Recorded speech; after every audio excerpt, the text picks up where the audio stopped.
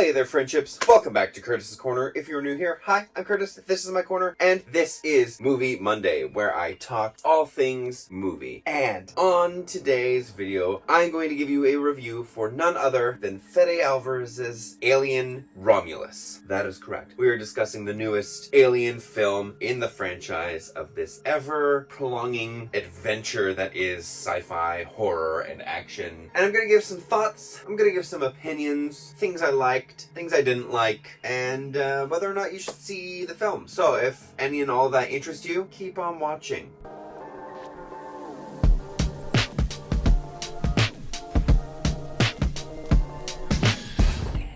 Before we jump into things, make sure you like this video if you like movie-related content, and hit that subscribe button as well for weekly videos. You can add me on my socials, check out my Patreon below, $1 a month. You get early access to videos. You get to give me your creative input on what you think I should be doing next. Maybe it's a film that you want me to see. Maybe it's something completely different that's not film-related. Let me know in the Patreon, and I will see you there. Otherwise, let's jump into this review. So like I said, we are talking about Alien Romulus. Alien Romulus is the brand new Alien film within this franchise of interweaving story plots and kind of messy sequels and prequels, just modernized and a different take. I will say Fede Alvarez does a wonderful job at bringing back the horror that this long franchise has been missing for quite some time now. The first Alien film definitely had sci-fi, it definitely had some action, but there were a lot of horror elements involved. He brought it back to that, and I am here for it. The visuals of everything looked spectacular. The set pieces, the lighting, the atmosphere, everything about the creature, like the xenomorphs, the face huggers, all of that, they looked great. They even gave a little bit more lore as to what happens after the chest burster comes out before it turns into the fully grown xenomorph. I loved that aspect because that's never been seen before, and if it has, I don't remember it. I absolutely loved how visually not only gross but also horrific and also just plain strange it was. I thought it really added to the atmosphere, to the elements that they were going for in this film. The practicality of a lot of the set pieces, the new android that's in this film, all of it great. I thought everything cemented perfectly well because this film also centers itself in between the first two Alien films. So it's like it goes Alien story, the ending of that happens, and we go into Alien Romulus, and then we end by going into Aliens. Whether or not there'll be a sequel to Romulus, I don't know. They could potentially do a sequel and find out what happens after this film, but I think it's good to just leave it as it is with this film. I don't think they need a sequel. I think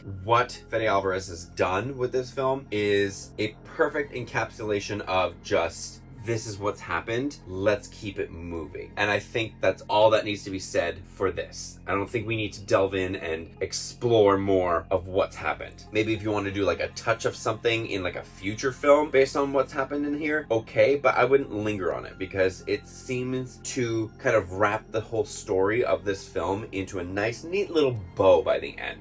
The threat that the xenomorphs have in this film are, I would say, on the same par as what we've seen in Aliens, the second one. I think while the horror is there, like the first one, the threat of the xenomorphs is like the second. They pose a good challenge for the characters within this film. There are some new kind of takes with the face huggers where normally you just see the face hugger on, it wraps its tail around the neck to strangle them if they try and remove it, and then when it's done, it's kind of just, it's done its deed, and then it's over with. I'm pretty sure, if I recall correctly, the face huggers just kind of die afterwards. This takes it to the next level. It shows you it trying to get in. It shows you what is actually happening when it's attached to your face. It shows you it doesn't actually quite die, and if it does, it's not like instant. It does still have a lot of fight in it when these characters remove it. As you can see in the trailer, when you see them removing it from someone's face, you can see like the long, disgusting tube of sorts coming out of the person's mouth. It is very visceral with how grotesque certain scenes are. So if you have like a weak stomach, if you don't like seeing people like gagging on things or throwing up,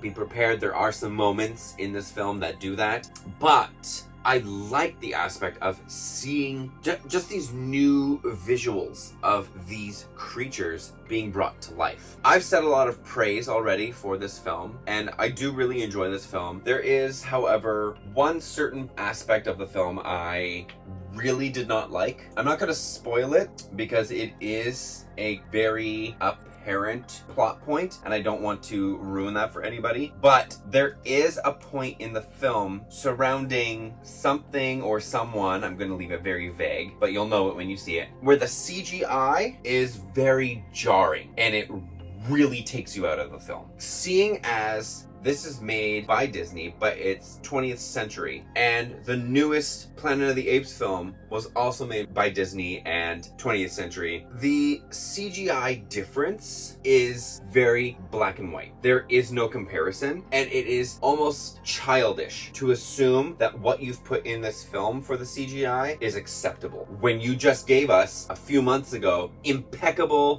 perfect CGI, perfect realism. If you can create fully fledged functional CGI apes on screen, you can use your perfect CGI to create what you were trying to create in this film. Especially when it's to do with something so important, so vital to the story components. It is mind-boggling how we are just kind of accepting subpar CGI. Now, don't get me wrong, I can't do this. I can't make something CGI and make it look real and believable. I don't have that capability. I didn't go to school for that. I didn't learn how to do it. What they did is much better than anything I could do. But when you're the same studio producing a big major budget film and you've done something amazing 5 months ago, you should be able to replicate it in this. And they didn't. And it's very apparent. It's very noticeable. You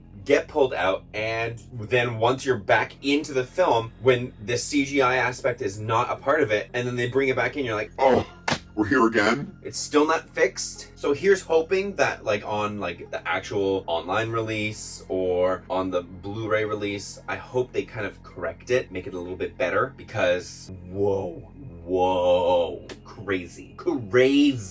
Going back to the happiness, I really enjoyed the character interaction. There's a lot of characters where you're just like, either they're throwaway characters or you just don't like them at all. There's zero redeeming qualities for them. Even if they try and give you like a backstory to make them kind of likable, there's nothing. They're just an unlikable character. You want them to die. You want them to get out of the movie as quickly as possible. Our main actress, she's wonderful. I like her growth throughout the entire runtime. I enjoy her relationships with everyone, and it seems very cemented in reality as well, where how she communicates with all the other characters. It's very much someone that you can relate to, and that's what I like about this character. I wish we had a bit more development for her, learn a little bit more about her, but what we did get was decent enough to carry along the story. There are also a couple callbacks to previous films here and there, little lines that are said that kind of just give you a little chuckle just because it's fun. My final note that I'm going to say is the soundtrack, the music that they involved within this film, for me personally was hit or miss. I found when it was the super intense scenes or a scene where they're supposed to be quiet and they just cut out all the music, those were the most effective. They had that dark, looming sense of dread kind of overplaying music throughout all these super intense, high anxiety scenes. But then when it was just, here's a spaceship floating, or let's go and explore here, it was almost this weird Disney Channel sci-fi type of music, and I almost I had to hold back some giggles here and there because I was like, what is this music? You're making it super lighthearted, child friendly, when this film is not that in any sense of the word. So that kind of also didn't add a whole lot. It kind of pulled me out a little bit, but not as much as that CGI. So, with all of that being said, I'm going to give Alien Romulus an A-. Nowhere is it a bad film. Visually, like I said, it's amazing. It tells a really captivating story. You can see what is happening. I like the callbacks. I like the threat the xenomorphs pose. And I like the two essentially main characters of the film a lot. I think they bring a lot of heart and soul to this film amongst the bad CGI. So, do I think you should go and see this film in theaters? 100%. I think it's going to be a lot more effective for you to see it in theaters rather than waiting for it to come online for streaming and watching it at home. I think, yes, definitely go spend your coin, be it on a cheap night or on a full price admission night, because well worth it. If you enjoy the Alien films, you're probably going to enjoy this film a lot. So hopefully you enjoyed this review. If you did, make sure you hit that like button. Don't forget to subscribe to my channel for weekly videos and hit that notification bell so you know when I post a brand new video, because if you don't, how else are you gonna know? You won't. So do it. I do have makeup content coming this week. In fact, I am actually filming it right after this video. So stay tuned for that. They will be coming this week. I will be posting them as YouTube shorts to kind of get everyone kind of back into my makeup journey again. I've got a whole bunch of makeup that I wanted to try and test out. So if you are interested, make sure you do hit that notification bell so you know when I'm posting those videos. They're coming this week, multiple days this week. So stay tuned for that. But until then, goodbye, friendships.